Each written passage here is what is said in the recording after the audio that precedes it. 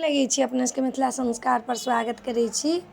अपने सब लग में एकटा ई वीडियो ल के प्रस्तुत भेलहुँ हँ जे कहै छी जे 36 घंटा के कोनो उपाय तऽ कहने छलहुँ हँ ने जे बीमारी आदमी छथिन जे जिनका पेट में बच्चा छनि जे बर्दाश्त नहीं करथिन से 1 गिलास पानी में गंगाजल धऽ कऽ पीब सकै छथि।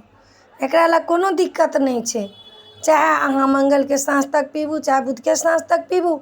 1 गिलास पानी में गंगाजल धऽ कऽ अहाँ पीब सकै छी, एक बेर पीब सकै छी। 36 घंटा के व्रत अइ तऽ एक बेर पीब सकै छी गंगाजल धऽ कऽ पानी में।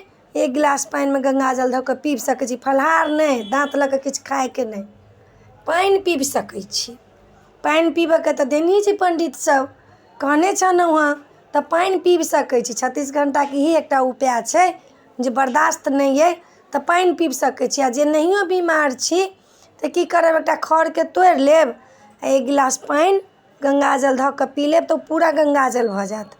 तऽ अहाँ गेलहुँ जेना गंगा में नहाय लए तऽ पानी पिया गेल, तेना भऽ गेल कहि कऽ तऽ पानी अहाँ पीब सकै छी। पानी में कोनो दिक्कत नहीं छै, अहाँ गंगाजल धऽ कऽ पीब सकै छी। आ जिनका बर्दाश्त नहीं छनि से की करथिन तऽ पानी अहाँ गंगाजल धऽ कऽ एक बेर 1 गिलास पीब सकै छी।